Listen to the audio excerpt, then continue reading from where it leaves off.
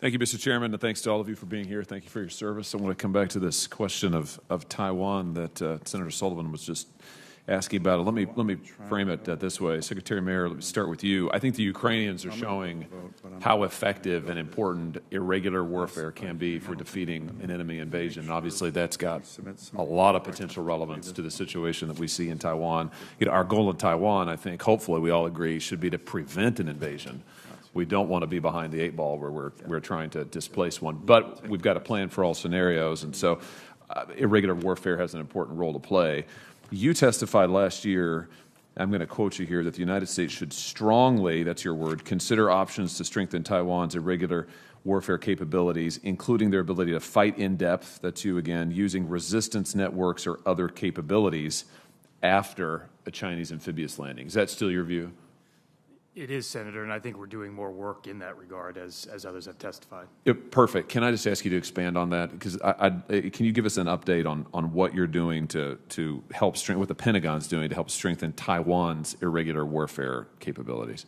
So, Senator, I think General Clark already hit on some of that. Obviously, we can only go so much in this session, but I think consistent with the Taiwan Relations Act, we are doing all we can to look at a whole of resistance approach. So in some cases, that means doing more exercises, more ability to touch aspects of the Taiwanese infrastructure and determine its both, as General Clark said, ability to take a punch and give a punch. That's sort of the most basic level of our assessment at this point. Very good. General, you testified also last year that, and you just reiterated it to Senator Sullivan, but you testified that you thought the United States should help Taiwan strengthen its irregular warfare capabilities. I'm assuming based on your answer just a second ago, you think that that's still a priority. Is that fair to say? All in accordance with our policies. But Senator, if I could take it a bit broader. Yeah. It's not just about Taiwan either. It's also the other more than 15 countries that we're working with in the Indo-Pacific that are like-minded, have the same values, and have the same interest. And so bolstering their defenses and ensuring they are seeing the same pernicious behavior that we have seen on behalf of the Chinese is critical.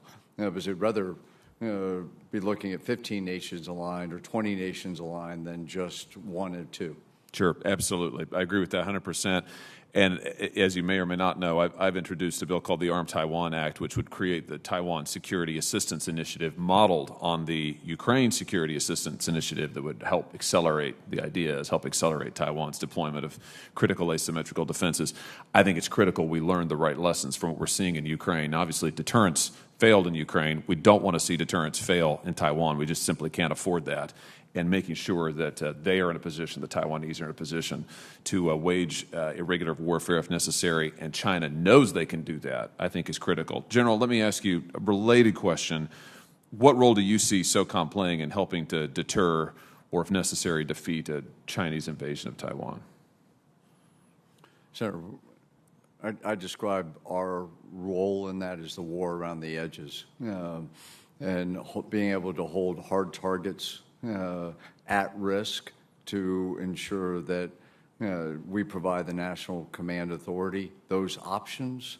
And that is set up by conducting reconnaissance and ensuring, as I addressed to other members, building the undersea capabilities that we need today, ensuring that we are postured in places around the globe that can pull that. That's combining elements like cyber, space, and special operations forces together to provide unique capabilities for our nation. Let me ask you if you've been able to use any resources freed up from our withdrawal from Afghanistan to invest in more capabilities relevant to the Taiwan scenario.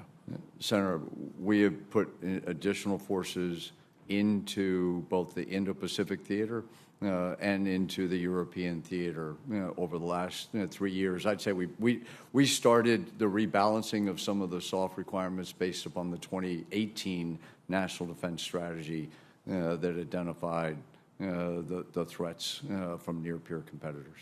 But I guess my question is, has the withdrawal from Afghanistan, has that freed up resources that you've been able to repurpose to this theater for this pacing scenario? I can't draw a direct correlation from one to another, but fundamentally, we do not have as many people in Afghanistan, today. We have no people in Afghanistan today. Got it. I've got some additional questions that I'll give to you each for the record. Thank you for your service. Thank you for being here. Thank you, Mr. Chair. Thank you, Senator Hawley. Senator Scott, please. Thank you, Chair Reed. General Clark, what does the future operating environment